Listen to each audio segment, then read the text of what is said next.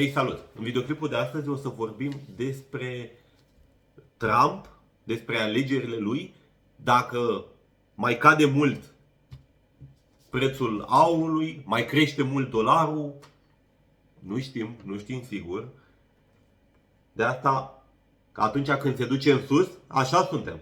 Și când se duce în jos, că așa suntem. Dar asta este o prostie. Nu este așa. Fiindcă poți să faci bani și când crește și când scade. Acum diferă. De asta cea mai bună investiție este în aur, deoarece atunci când scade, nu scade foarte mult. La momentul de față este o corecție, pentru că crescuse foarte mult. Și mai este și datorită faptului că a ieșit Trump și toată lumea zice o să încheie războiul. Și prețul aurului este datorat foarte mult și războiului. De-aia se duce prețul atât de în sus, în sus, în sus. Mai dă Putin o bombă, mai crește puțin, mai dau ăștia o lege proastă, de la nivel mondial s-a făcut o bombă, mai crește puțin. Mai auzim o știre că s-ar domoli sau că ar fi pace, începe să scadă puțin. Acum nu pot să zic că este doar datorită războiului, dar influențează foarte mult.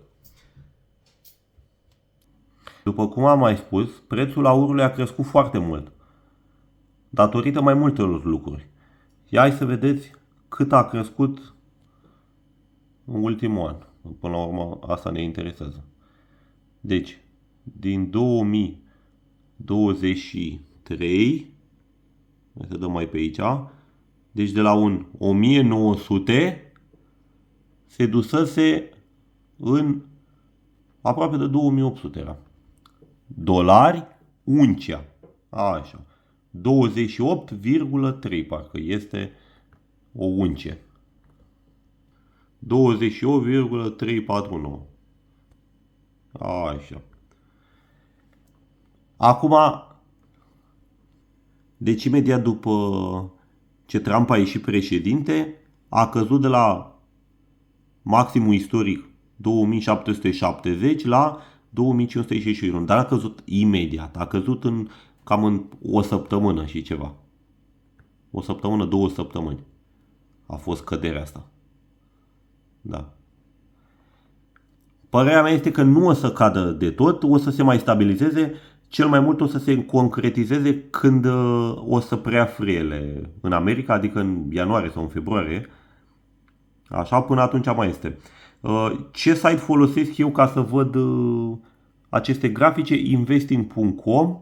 Am un portofoliu. Aici am mai multe valute care le folosesc eu la mine la schimbul valutar. Cu valutele acestea lucrez eu și mai am câteva în plus. Plus cele de aur, argint și ce mai există. Și platină. Parcă iau și platină.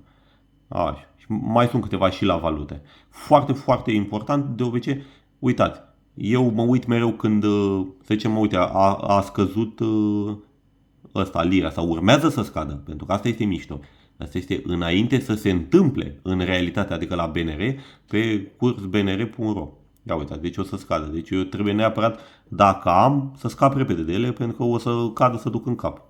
Și asta e. Și când e cu verde, se mai întâmplă câteodată, a fost la dolar, a crescut în continuu, scria chiar și 0.06 pe zi, era clar, trebuia să cumpăr ca nebun în continuu pentru că făceam bani. Așa. Uitați și la dolar, deci după cum se vede, de la 4,55, chiar mai puțin era, așa, s-a dus până în 4,72. Deci vă spun, o asemenea creștere a fost foarte bună, foarte bine, bună pentru cine a investit în ei. Deci o să se mai domolească cu războiul? Nu știm, încă nu știm. Vedem din ianuarie, când o să preia frâiele Trump și vedem dacă îl oprește, dacă poate să-l oprească, că nu e după el. Asta este o prostie. Asta a fost schemă politică, ca să câștige. Nu pot să zic că nu e bun, e clar că și eu am ținut cu el, dar este greu să oprească un război, că nu ține doar de el, în primul rând ține de Zelensky. Dacă vrea să capituleze, sau vrea să lupte mai departe. Nu vreau să-mi spun părerea la așa ceva.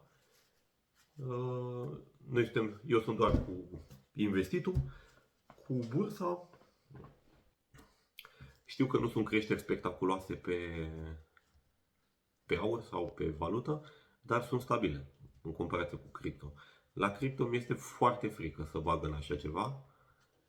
Mai vine și mie câteodată, mai ales când văd creșterile alea la Bitcoin de 3 ori, 4 ori într-un an, 2 ani. Nu aș nega, de 2 ori minimum dublești banii într-un an, dar de 3-4 ori niciodată. Prea greu.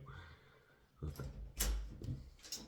Mai vreau să spun un singur lucru și cu asta o să închei episodul, că nu am foarte multe idei. Și să știți că și cursul de la noi din țară, cursul euro-leu, este foarte mult influențat politic. Deci, dacă Parlamentul nou adoptă legi noi și se pun în aplicare legi bune, nu că legi noi, legi bune, euro pentru noi raport cu leu o să scadă. Și noi, românii, o să avem o putere mult mai bună monetară. Adică putere de cumpărare mai bună. Dacă bagă legi în continuu, handicapate, taxe peste taxe, tot felul de idioțenii care le bagă cei din Parlament, vă dați seama că leul nostru o să se ducă în cap în raport cu euro și o să ajungă să dăm și 10 lei pe un euro. Deci este incredibil, mai ales când stai și te gândești că un apartament sau un imobil e 100.000 de euro și euro și crește în continuu, deci o să muncim 7 vieți pentru el. Ok, până data viitoare, aveți grijă de voi. Dacă am spus o chestie interesantă, mă bucur. Like și subscribe. Basta.